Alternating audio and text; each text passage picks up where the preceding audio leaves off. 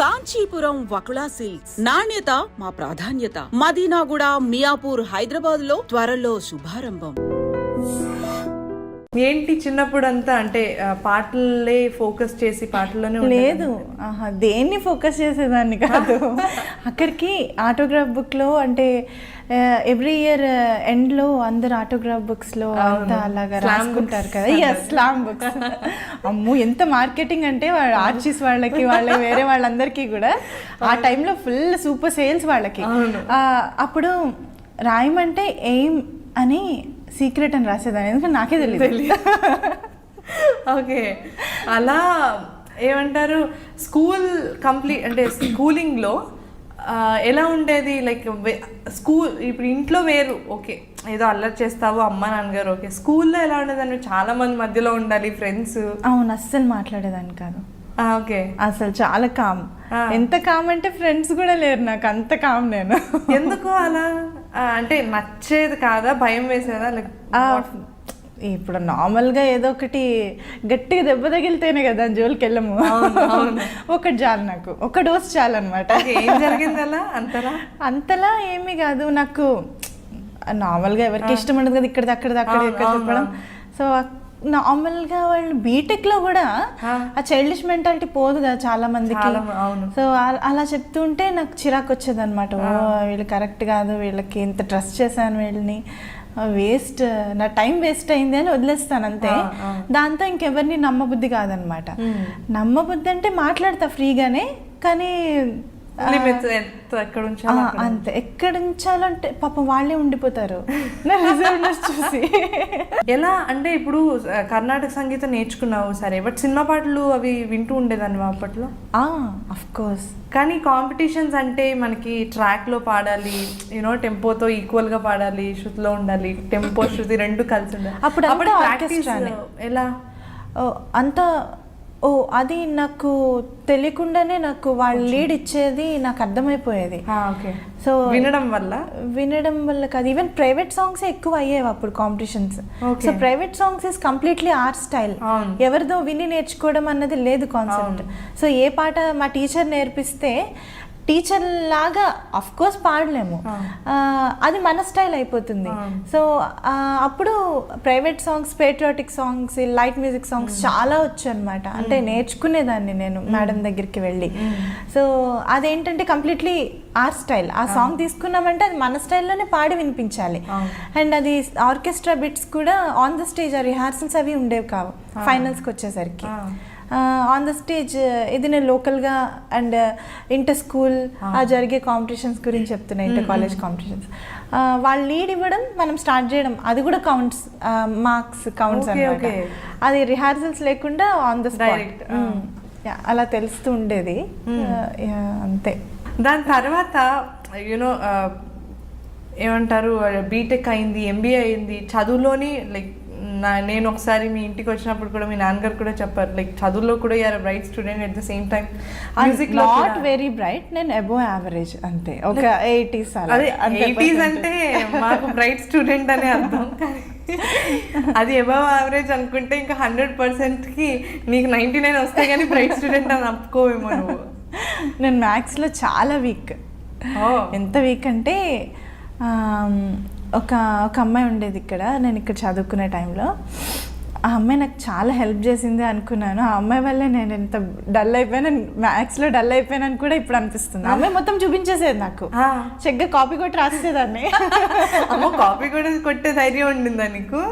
అబ్బో, స్లిప్లో ఒక్కటే పెట్టలేదు కానీ కాపీ కొట్టా. 2 8s ఎంత? 2 8s అంత అన్ని 16 అనుకుంటా.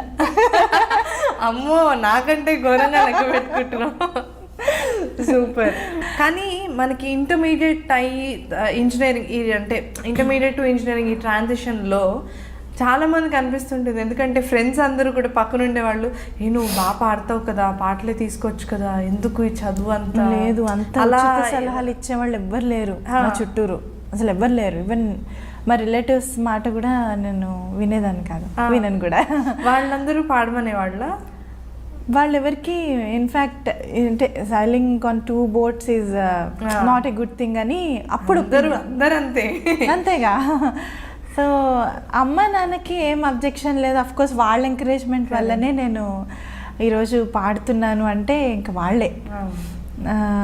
మ్యారేజ్ అవ్వక ముందు వరకు అండి. ఇప్పుడు అఫ్ కోర్స్ మా హస్బెండ్ సపోర్ట్ అనుకోండి, ఆయన 100% సపోర్ట్. అంతేగా ఎవరు అసలు అంటే మ్యారేజ్ అయ్యాక ఒకరోజు వదిలి ఉండడమే కష్టము, ఫుడ్ దగ్గర నుంచి అన్ని ప్రాబ్లమే, అలసిపోయి వస్తారు అంత ప్రాబ్లం. కానీ తను అసలు చాలా సపోర్టివ్ నాకు. నీకు ఎప్పుడు అనిపించలేదు అరే నేను పాడుతున్నాను కదా ఈ చదువు కంటే? జనరల్గా అయితే అందరికి డైవర్షన్ వచ్చేస్తుంది ఆటోమేటిక్గా. హైదరాబాద్లో ఉంటే డైవర్షన్ వస్తుంది ఖచ్చితంగా, ఎందుకంటే అవకాశాలు కూడా అలాగుంటాయి. కాకినాడలో ఉండడం వల్ల అవకాశాలు ఏమి ఉండవు అక్కడ. జస్ట్ ఏమన్నా ఎవరైనా ప్రైవేట్ ఆల్బమ్, ప్రైవేట్ సాంగ్స్ చేసుకుంటే స్టూడియోకి వెళ్ళి పాడడం తప్ప అంతకన్నా అద్భుతమైన అవకాశాలు ఏమి ఉండవు. సో ఇక్కడ ఉంటే మూవీ వర్క్స్ అన్నీ జరుగుతాయి. అప్పుడు మనం ఆలోచిస్తాం, ఓ పిలుస్తున్నారు, టైం ఏంటో దేనికి స్పేర్ చేయలేకపోతున్నాను, ఇటే వస్తే బాగుంటుందేమోనని. దానివల్ల అడ్వాంటేజ్ అంటే నాకు ఇప్పుడు అయిపోయిన దాని గురించి ఖచ్చితంగా అడ్వాంటేజ్ అనే అనుకోవాలి. అంతే. సో నేను సక్సెస్ఫుల్లీ కంప్లీటెడ్ ఎడ్యుకేషన్. సో అందుకనే నాకు ఎప్పుడు అనిపించింది అంటే బీటెక్ అయిపోయాక, అంటే బేసిక్ డిగ్రీ వచ్చేసాక నాకు అప్పటికి నేను ఫైనల్ ఇయర్లో ఉండగా మూవీలో పాడాను, క్లాస్మేట్స్ కోటి గారి డైరెక్షన్లో ఆ సాంగ్ పాడా. అప్పుడు అనిపించింది, అప్పుడు నాన్న అడిగాను, నాన్న నేను హైదరాబాద్ వెళ్దామా, నాకు వేరే దగ్గర జాబ్ కూడా వచ్చింది హైదరాబాద్లో. ఎయిర్పోర్ట్, జిఎంఆర్ ఎయిర్పోర్ట్ ఉంది కదా అక్కడ వచ్చింది ఏదో. నువ్వు జాబ్ వంక చెప్పేసి వెళ్ళిపోయి అక్కడ సింగింగ్ పర్సూ చేస్తే, మీ నాన్నగారు తెలిసిపోయింది, సింగింగ్ పర్సూ చేస్తే రెండు చేయలేవు, చాలా హడావిడి అయిపోతుంది, జాబ్ కాన్సన్ట్రేట్ చేయలేవు, అది చేయలేవు, చదువుకో, ఇంకొంచెం హయ్యర్ డిగ్రీ ఉంటే బాగుంటుంది, చదువు ఎప్పుడు పడితే అప్పుడు చేసుకోలేము, ఇది ఎప్పుడన్నా రావచ్చు బ్రేక్ అంటే మంచిదైంది అలా చేయడమే. ఎంబీఏలో ఉండేసరికి, ఎంబీఏలో ఇంకా గీతంలో నాకు ఫ్రీ ఎడ్యుకేషన్ అనమాట. సో వెళ్ళి ఇంకా చదువుతున్న టైంలో నాకు ఇంకా మనసు ఇక్కడే ఉంది. సరే అని ఇంకా సూపర్ సింగర్ అనే కంటెస్ట్ జరుగుతుంది, సరే కనీసం అందులో అన్న కనిపిద్దామని సూపర్ సింగర్లో రాకముందే నేను మూవీస్లో పాడా. అది ఫస్ట్ అంటే ఫైనల్ ఇయర్లో ఉన్నప్పుడు పాడావా? అది ఫైనల్ ఇయర్లో ఉండే. ఓకే. ఎలా కోటి గారిని కలవడం కానీ? మామూలుగా వెళ్ళా రామానాయుడు స్టూడియోకి, డాడీ సీడీ తీసుకుని వెళ్ళాను. అప్పుడు సార్ ఆడిషన్స్ డైరెక్ట్గా అక్కడే చేశారు స్టూడియోలో. పాడమంటే ఇది కళ్ళల్లోకి కళ్ళు పెట్టి చూడవెందుకు ఆ సాంగ్ పాడితే సార్ కొన్ని టిప్స్ చెప్పారు. ఇది ప్రాక్టీస్ చేసి 1 year తర్వాత కనిపించు అన్నారు. బీటెక్ సెకండ్ ఇయర్ ఎండింగ్లో ఉండగా అన్నారు. ఓకే. సో దాని తర్వాత అప్పుడు కాల్ వచ్చింది, ఇక్కడ ప్రాజెక్ట్ వర్క్ వచ్చాను ఫైనల్ ఇయర్లో ఉండగా. అప్పుడు కాల్ వచ్చింది, సరే అమ్మో ఆ రోజు ఫుల్ ప్రాక్టీస్ చేసి వెళ్ళాను. కొంచెం క్లాసికల్ సాంగ్ అనగానే శ్రీకృష్ణ టేక్ చేశారు. Okay okay. So full practice చేసి వెళ్తే అది మౌనం ఎందుకు ఆ పాట. సో అయిపోయాక ఇంటికి వచ్చేసా, మామూలు కాకినాడ ప్రాజెక్ట్ వర్క్ కూడా అయిపోయింది. కాకినాడ వచ్చేసాక అప్పుడు కాల్ వచ్చింది, మల్లికార్జున్ సార్ చేశారు, మల్లికార్జున్ గారు చేసి, అంజనా చాలా బాగా పాడావు అంజనా, ఆయనతో డ్యూయట్ కదా, ఆయనతో డ్యూయట్. సో అంటే నాకు అర్థం కాలేదు, నీ పాట మౌనం ఎందుకు మాట్లాడేందుకు కోటి గారికి పాడావు కదా అంటే, ఓ థ్యాంక్ యూ సార్ అన్న. నాకు తెలియదు అసలు, అంటే నా వాయిస్ ఫైనల్ అని తెలియదు నాకు, వేరే పెద్ద సింగర్ పాడతారు అనే చెప్పారు, ట్రాక్ అనే చెప్పారు. సో చాలా నచ్చి శ్రవంతి రవికిషోర్ గారు కూడా డబ్బింగ్ చెప్తావా అని అడిగారు. అంటే నాకు అప్పుడు ఎగ్జామ్స్ ఫైనల్ ఇయర్లో ఎలా ఉంటుంది తెలుసు కదా, ల్యాబ్ ఎగ్జామ్స్ మామూలుగా ఉండదు, టార్చర్ అనమాట. సో కుదరట్లేదు సార్ అని చెప్పేసి ఆడియో లాంచ్కి వెళ్ళాను. Super happy. తప్పకుండా. మౌనమెందుకు మాట్లాడవెందుకు, దూరమెందుకు దరి చేరవెందుకు, ఎదమారు మూల ఉన్న మాట దాచి ఉంచకు, ఎదురైన వేళ అదుపు దాటి చేరవెందుకు, మౌనమెందుకు మాట్లాడవెందుకు. దాని తర్వాత సూపర్ సింగర్ ఎంబీఏ ఫస్ట్ ఇయర్లో చేసావు కదా, అది అయిన తర్వాత అంటే ఆల్మోస్ట్ ఇంకా సూపర్ సింగర్ అంటే ఆ క్రేజ్ అది వచ్చేసిన తర్వాత అప్పుడు కూడా అనిపించలేదా అరే నేను అనవసరంగా ఇది చదువులోకి వచ్చేసానేమో? అనిపించలేదు. ఎందుకంటే నేను MBA చాలా ఎంజాయ్ చేశాను చదవడం. నాకు ఇన్ఫాక్ట్ నా ఫీల్డ్ ఆఫ్ ఇంట్రెస్ట్ ఏంటి అని కూడా తెలిసిపోయింది నాకు. సో నన్ను నేను డిస్కవర్ చేస్తాను. సో ఫైనల్లీ నీ ఫీల్డ్ ఆఫ్ ఇంట్రెస్ట్ ఏంటి అని తెలిసింది? Creative job, anything creative. Super. So MBA is all about creating కదా. అండ్ అంటే I discovered myself in different field అని అనిపించింది. So no repentance. సూపర్. ఇది ఇలా కంటిన్యూ అవుతుండగా సూపర్ సింగర్లో వచ్చిన క్రేజ్ ఇది అయిన తర్వాత ఫస్ట్ దాంట్లో విన్నరా? ఫస్ట్ దాంట్లో రన్నర్, నేను 4లో విన్నర్ అండ్ 7లో 7 చాలా మంచి పేరు తీసుకొచ్చింది. 7 ఇస్ లైక్ రీసెంట్ గా అయింది. 7 is like all with playback singers కదా, అది అసలు చాలా మంది ఫాలో అయ్యారు. అంతమంది తెలిసిన వాళ్ళు ఒకే దగ్గర ఉండేసరికి ఆ ఫాలోయింగ్ అండ్ మంచి మంచి పాటలు పాడే ఛాన్స్ కదా. ఎప్పుడు పాడని పాటలు అవును ఆ పర్టికులర్ సిరీస్ లో నాకు గుర్తుండి ఒక డ్యూయట్ ఒకటి ఉంటుంది, నేను శ్రీకృష్ణ పాడ చుక్కల్లారా చుక్కల్లారా ఒకటి, తర్వాత ఇంకొకటి చాలా మంచి పాటలు పాడాను.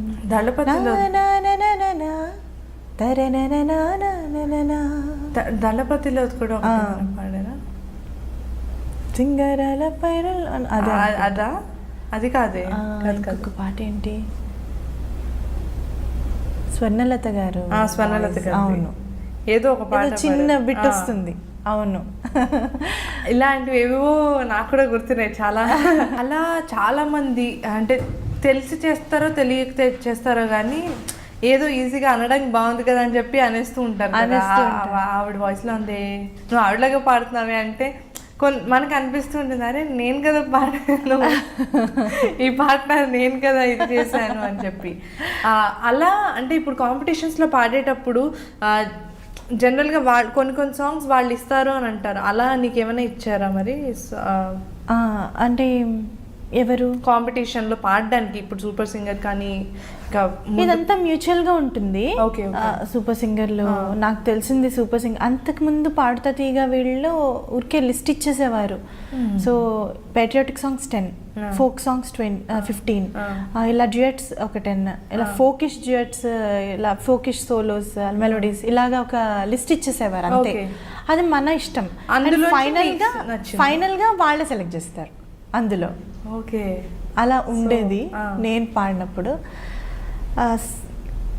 సూపర్ సింగర్లో మనకి ఇష్టమైన సాంగ్ ఏదన్నా ఇస్తే వాళ్ళకి ఓకే అయితే ఓకే, లేదు వాళ్ళ క్యాలిక్యులేషన్స్ ప్రకారం అది అంత నడవదు అనుకుంటే వాళ్ళు ఇస్తారు. అలా ఇచ్చిన సాంగ్ నాకు సూపర్ సింగర్లో గుంజుకున్న ఆ పాట ఎంత బాగుంటుందో.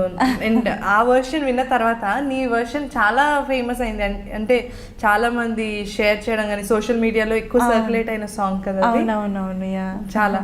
అది వాళ్ళు ఇచ్చిన సాంగా? ఓకే, అది నీ సెలెక్షన్ ఏమో అని. వాళ్ళు ఇచ్చిన సాంగ్ అంటే అది కొత్తగా వచ్చింది, అది పాటలు ఏం లేవు అనమాట. అప్పుడు నాకేం అర్థం కావట్లేదు ఏం పాడాలి అని.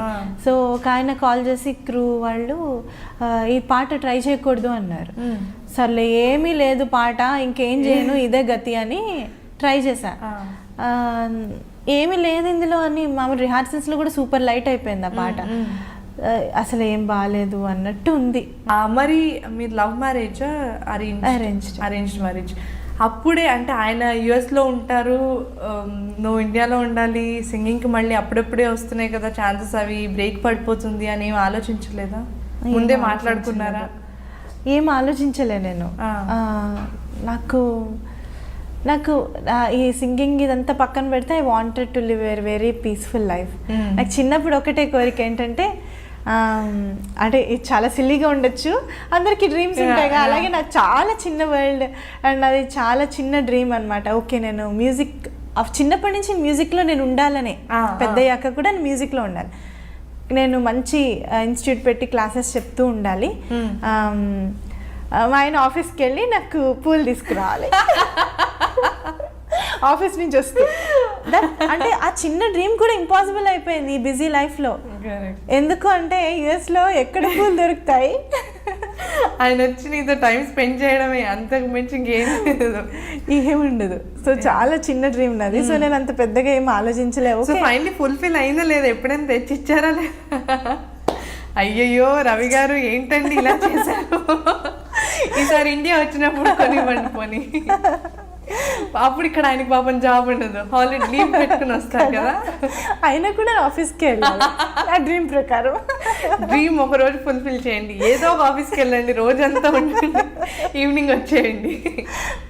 అంతలోపు నువ్వు కూడా ఏదో ఒక క్లాస్ చెప్పేసే, శ్రీమతికే చెప్పే పోనీ. చెప్పేస్తా, ఏముంది మా అమ్మ నాన్న శ్రీమతి ముగ్గురిని కూర్చోబెట్టి చెప్తా.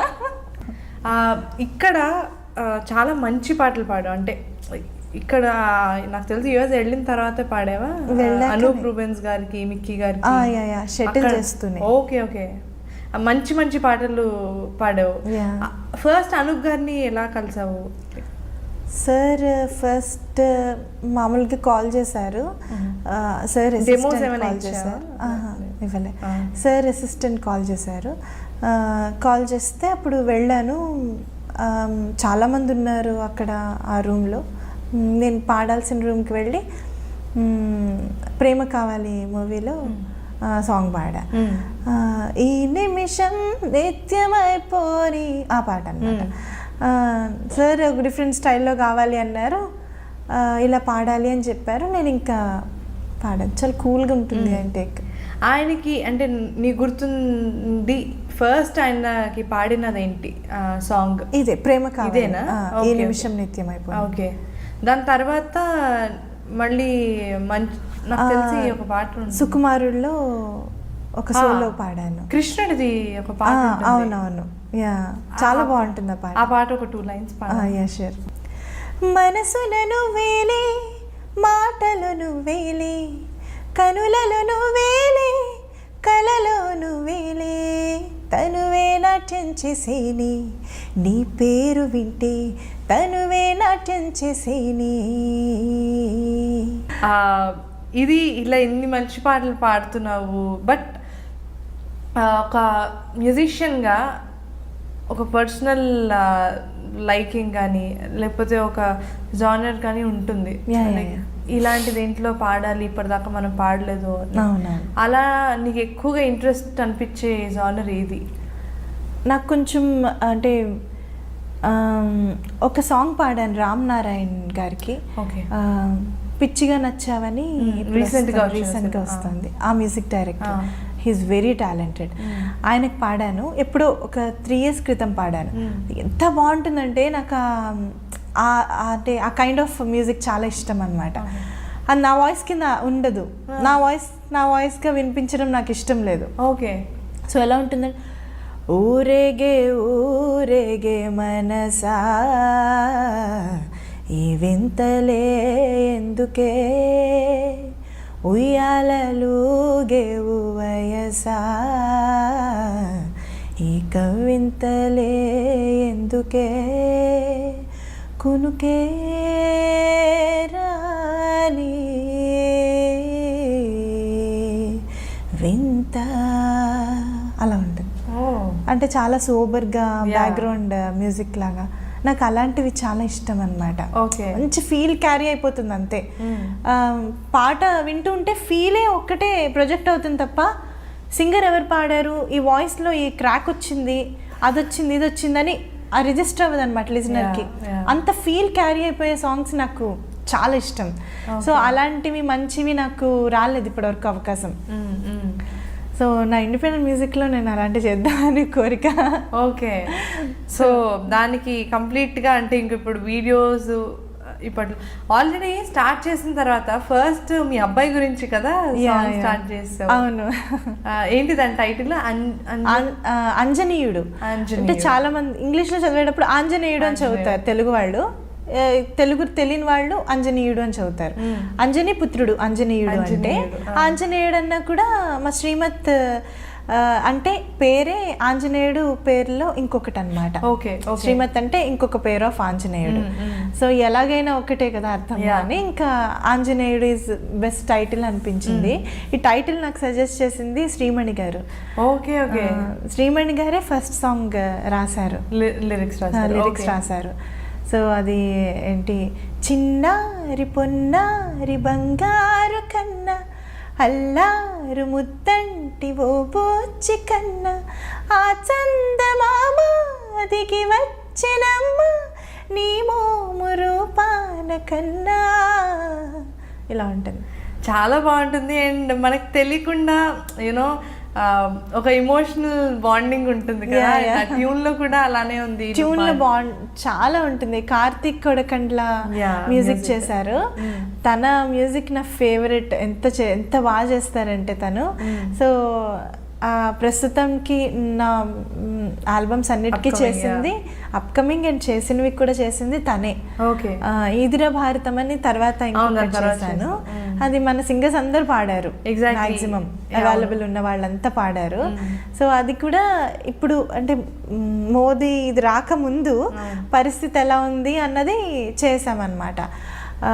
కానీ ఆల్ ద యంగ్స్టర్స్ భావితరం అంతా ఉన్నాము, ఏమైనా చేంజ్ ఉంటే సపోర్ట్ చేయడానికి అన్నట్టు చేశాను ఆ ఫీల్డ్లో. ఇదిరా ఇదిరా ఇదిరా ఇదిరా ఇదిరా ఇదిరా భారతం. నెక్స్ట్ మేము ఉన్నాం, భావితరం ఉన్నాం అన్నట్టు ఫీల్లో చేసాము. అసలు అనుకోకుండా ఈ వెరీ డ్రాస్టిక్ చేంజ్, అసలు India is gonna be very clean. So planning to do another one. Okay, but ఫస్ట్ది పర్సనల్గా చేసావు. సెకండ్ దానికి వచ్చేసరికి ఇదిరా భారతంకి వచ్చేసరికి అంతమంది సింగర్స్ లైక్ నీకు తెలిసిన వాళ్ళు అందరు ప్లేబ్యాక్ సింగర్స్ వచ్చి పాడారు. ఆ ఐడియా ఎవరిది? లైక్ అంతమందిని ఇంక్లూడ్ చేయాలి. నాదే. ఓకే, ఇవన్నీ కూడా బేసిక్ కాన్సెప్ట్స్ అన్నీ నావే, నా ఐడియాసే. దానికి కాకపోతే మ్యూజిక్ లిరిక్స్ వీళ్ళంతా కూడా నాకు ఒక టీమ్ లాగా అనుకున్నాను అనమాట. సో మ్యాక్సిమం ఆ టీమే ఉంటారు. ఒకవేళ ఎవరైనా కుదరకపోతే ఇంకా వేరే వాళ్ళని మార్చేది ఉందన్నమాట. సో ఐడియా అయితే నాదే. అందరూ పాడితే బాగుంటుంది. నాకు ఎలా అంటే మేలేశ్వర మేరా తుమ్హారా అలాగా చెయ్యాలి అని. సో ఏది నా రేంజ్లో చేశాను. సూపర్. బట్ ఆ థాట్ రావడమే లైక్ అండ్ ఇంతమంది వస్తూనే ఉన్నారు ఒకరి తర్వాత ఒకళ్ళు. Very nice. దాని తర్వాత మళ్ళీ ఇంకొకటి చేసావు కదా బాబు మీద ఇంకొకటి చేసాను. శ్రీమతి ఇవన్నీ కొంచెం పెద్ద అయిన తర్వాత చూసుకుంటే వాడు ఎంత లక్కీగా ఫీల్ అవ్వాలి. లక్కీగా అనుకుంటాడు, అమ్మో నేను చావుగట్టింది ఇది అనుకుంటా. ఏం లేదు అసలు. ఎవరు చిన్నప్పటి నుండి లైక్ వెరీ క్రియేటివ్ థాట్స్. నేను చూసాను కదా తనకి ఒక కంప్లీట్ ఒక మీ హస్బెండ్ ఒక ఫోటో షూట్ చేయడం. తనకి తన ప్యాషన్ ఫోటోగ్రఫీ మా ఆయనది. సో తను ఫొటోస్ తీయడం, అది నాకేమో ఫొటోస్ తీయమంటాడు నన్ను. నాకేమో ఇక్కడికి వస్తే కెమెరా అన్ని ఇస్తాడు పాపం. ఆయన నాకు బద్ధకం తీయడం. సో నాకేంటంటే నాకు అబ్బా ఫొటోస్ తీస్తే అసలు ఒక చోట ఉండరు కదా, ఎలా తీస్తాం అంత ఓపిక సహనం నాకు అస్సలు లేదు. నాకేంటంటే ఎవ్రీ బర్త్డేకి వాడికి కనీసం 3 years వరకు ఇలా మెటీరియలిస్టిక్ థింగ్స్ ఇచ్చే కన్నా ఇలాగేమన్నా, నేను బర్త్డే కూడా ఏమీ ధూమ్ధామ్గా చేయను అనమాట. నాకు అంటే అదేదో కొంచెం ఉపయోగపడేది చేయొచ్చు కదా అని. సో నేను వాడి బర్త్డేకి ఒక క్రియేటివ్గా ఒక సాంగ్ ఇద్దాము గిఫ్ట్గా. అది లైఫ్ లాంగ్ గుర్తుండిపోతుంది, లైఫ్ లాంగ్ ఎప్పటికీ ఉండిపోతుంది. Generations, it goes for generations. So అందుకని నేను నాకు అలా చేద్దామని ప్లాన్ అనమాట. సెకండ్ సాంగ్, ఫస్ట్ సాంగ్ విన్నప్పుడు ఒక ఆంటీ అన్నారనమాట, ఓ ఇంకొక చరణం ఉందా అమ్మా అన్నారు. ఓ వీళ్ళు ఇలా ఫీల్ అవుతున్నారనమాట అని సెకండ్ సాంగ్ ఒక చరణమే చేశా. వెన్నెలే కురిసెనిలా నీ చిరు నవ్వులా, ప్రేమలే విరిసెనిలా బుడి బుడి అడుగులా, ఏ జన్మ పుణ్యమో పొందాము నిన్నెలా, ఈ అమ్మ కళ్ళలో ఆనందమే అలా, నీ ముద్దు మాటలన్నీ సందడెంత చేసేలా, మా ఇంట కృష్ణుడై శ్రీమత్ ఎదిగావిలా. అలా శ్రీమత్ అన్న వర్డ్ ప్రతి సాంగ్ లో వచ్చేలాగా ఐల్ మేక్ ష్యూర్. కస్టమైజ్ చేసుకోవడం కదా, కస్టమైజ్ అంతే ఇంకా. అండ్ ఇవన్నీ ఇది చేస్తుంటే చాలా మందికి తెలియదు ఏంటంటే ఇంకొక టాలెంట్. లైక్ అందరికీ Anjana Soumya is very creative అని తెలుసు, బట్ నాకు తెలిసి నువ్వు పెట్టే ఫొటోస్లో వాటిలో కూడా చాలామంది కమెంట్స్ చేస్తూ ఉంటారు, అరే ఈ డ్రెస్ చాలా బాగుంది అని. చాలామందికి తెలియదు ఏంటంటే నీ డ్రెస్సెస్ ఆల్మోస్ట్ నువ్వే డిజైన్ చేసుకుంటావు ఎక్కువ. చేసుకునేదాన్ని, ఇప్పుడు అసలు టైం ఉండట్లేదు. మా అబ్బాయి పుట్టిన ముందు వరకు నేనే చేసుకునేదాన్ని, నాకు ఇష్టం డిజైన్ చేసుకోవడం. ఏం లేదు, డిజైన్ చేసుకోవడం ఏముంది, మన చుట్టూరు ఉన్నదాన్ని మనం వేసుకునేదాన్ని బ్యూటిఫుల్గా చేసుకోవడం, మనకి ఇష్టమైనట్టు మనం చేసుకోవడం, డిజైనింగ్ అంతే. అంత ఈజీగా చెప్పేసింది డిజైన్. సో ఇప్పుడు టైం ఉండట్లేదు నాకు. సో ఇప్పుడు నా ఆల్బమ్స్ అన్నిటికీ కొంచెం వేరే వాళ్ళు డిజైన్ చేస్తున్నారు, వాళ్ళకి కర్టసీ నేను క్రెడిట్స్ ఇస్తున్నాను. సో అలాగైపోతుంది, టైం ఉండట్లేదు కౌముది అసలు డిజైన్ చేసుకోవడానికి. ఎంత ఇష్టం ఉన్నా కూడా కొన్ని అసలు అవ్వట్లేదు. ఆ టైంలో ఇంకొక పాట నేర్చుకోవచ్చు కదా అన్నట్టు ఆ టైం అలా కేటాయిస్తున్నాను అనమాట. ఇలా వెళ్తూ like everything is going good. But ఒక చిన్న డౌట్ ఏంటంటే, మీ అందరూ కూడా ఆల్రెడీ ఎస్టాబ్లిష్డ్ సింగర్స్, అందరికీ తెలుసు. మీరు ఒక క్వశ్చన్ రైజ్ అవుతూ ఉంటుంది ఏంటంటే, చాలామంది కొత్త సింగర్స్ వస్తూ ఉంటారు కదా, మరి మీరు మిమ్మల్ని ఎలా అప్డేట్ చేసుకుంటూ ఉంటుంటారు? లైక్ వాళ్ళకంటే ఆబ్వియస్లీ మీరు ముందు వచ్చారు, ఇప్పుడు వస్తున్న వరల్డ్ మ్యూజిక్కి అప్డేట్ అవుతూ ఉండడం కోసం ఎలాంటివి వింటూ ఉంటారు, ఎలాంటి టెక్నికాలిటీస్ ఫాలో అవుతూ ఉంటారు? నార్మల్గా ఇంకా అన్ని రకాల మ్యూజిక్ వింటూ ఉంటాం, అది కామన్ అందరూ చేసేది. కానీ నాకైతే అప్డేట్ అవుతూ ఉండాలి, ఖచ్చితంగా అప్డేట్ అవుతూ ఉండాలన్నది అది వెరీ మ్యాండేటరీ. కానీ దాని గురించి స్పెషల్గా కృషి చేసి ఎలాగైనా సరే లైమ్లైట్లో ఉండాలి, అప్డేట్ అవుతూ ఉండాలి అన్న పర్వెటెడ్నెస్ నాకు లేదు. సో అది సారీ టు సే దట్ అది పర్వెటెడ్నెస్సే అనిపిస్తుంది నాకు. లైమ్లైట్లో ఉండాలి, క్రియేటివ్గా చేయాలి, అన్లెస్ నీకు ఇష్టమైనంత వరకు అది చెయ్యి. ఇష్టం లేనిది ఎలాగైనా సరే లైమ్లైట్లో ఉండాలి అని పిచ్చిగా చేయొద్దు. సో ఇష్టమైన చెయ్యి. ఓకే, నిన్ను ఇష్టపడేవాళ్ళు నిన్న 100 మంది ఉన్నారు, ఈరోజు 10 మందికి తగ్గిపోయారు, వాళ్ళు ట్రూ. సో ఐ డోంట్ అంటే నిజంగా ఎవరికి వాళ్ళు నన్నుగా ఇష్టపడరు, అంజనా సౌమ్యాన్ని ఇష్టపడరు, జస్ట్ వాయిస్ ఇష్టపడతారు, నా కాన్సెప్ట్స్ ఇష్టపడతారు, నా పర్సనాలిటీ ఇష్టపడతారు, అంతే. అదే నేను ఇంపార్టెన్స్ ఇస్తాను. సో ఈ 90 మంది పోయారే వెళ్ళిపోయారే అన్న బెంగ, ఆతృత అదంతా నాకేమీ లేదు. సో నేను అన్లెస్ నాకు ఎప్పుడైతే మ్యూజిక్ మీద ఇంట్రెస్ట్ తగ్గదో అంతవరకు నేను ఐఎమ్ వెరీ హ్యాపీ, అండ్ అది లైఫ్ లాంగ్ నాకు తగ్గదు. సూపర్. మేబీ ఇదే రీజన్ ఏమో నువ్వు చాలా హాయిగా నవ్వుతూ ఎప్పుడూ ప్రశాంతంగా కనిపించడానికి ఉండడానికి కూడా. నాకు తెలిసి కనిపిస్తున్నావు అంటే నువ్వు మెంటల్గా కూడా అంతే ఇదిగా, అంటే నెగిటివ్స్ని అంత దూరం పెడతావు కాబట్టి పెడతాను, 100% పెడతాను, రిఫ్లెక్ట్ అవుతుంది. 100% నేను నెగిటివ్స్ని దూరం పెడతాను. ఫైనలీ మనం ఇంత మాట్లాడుకున్నాం, ఇప్పుడు నేను చెప్పినట్టు మీ ఆయన గురించి ఫైనల్ ఎండింగ్లో చెప్పకపోతే బాగుంది. ఏంటి అన్నీ చెప్పేశాను కదా మా ఆయన గురించి, ఇంకేమీ లేదు. ఓకే, ఇంకేం లేదంటండి. నేను ఛాన్స్ ఇచ్చాను, ఇంకేం లేదు మా ఆయన గురించి చెప్పడానికి అంది. మేము కూడా రాసేసుకుంటే ఇంకేం లేదు మా ఆయన గురించి అని చెప్పిన Anjana Soumya. Just kidding. Like he's very supportive and glad that నువ్వు ఇన్ని ఇయర్స్ అయినా సరే అలా ట్రావెల్ చేస్తూ యూనో అన్ని మంచి మంచి పాటలు పాడడానికి సహకరిస్తున్నందుకు మేము కూడా థ్యాంక్స్ చెప్పాలి. సూపర్ అంజనా. ఫైనలీ మన షో కన్క్లూడ్ చేసే ముందు ఏదైనా ఒక మంచి పాట, నీకు నచ్చిన పాట ఏదైనా ఒక 2 lines పాడి ఎండ్ చేద్దాం.